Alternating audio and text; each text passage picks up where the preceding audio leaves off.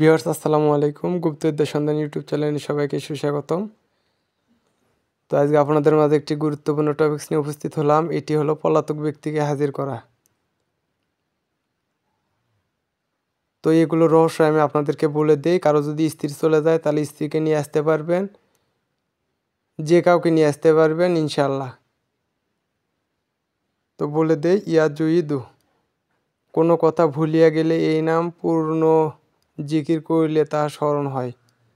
কোনো লোক পলাইয়া গেলে কিংবা হারাইয়া গেলে রাত্রে শোইবার সময় ঘরের প্রত্যেক কোণে এই নাম ৭০ বার পড়িবে এবং বলিবে, হে আল্লাহ, অমুকের পুত্র অমুকে ফিরাইয়া দাও।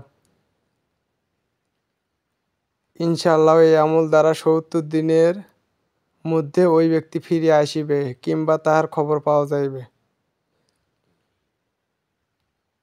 তো এটা দেখা যায় যে অনেকে অবৈধ সম্পর্ক আছে, পরপুরুষের সাথে চলে গেছে, তো সেক্ষেত্রে আপনারা এই বিদ্যাটা প্রয়োগ করতে পারেন।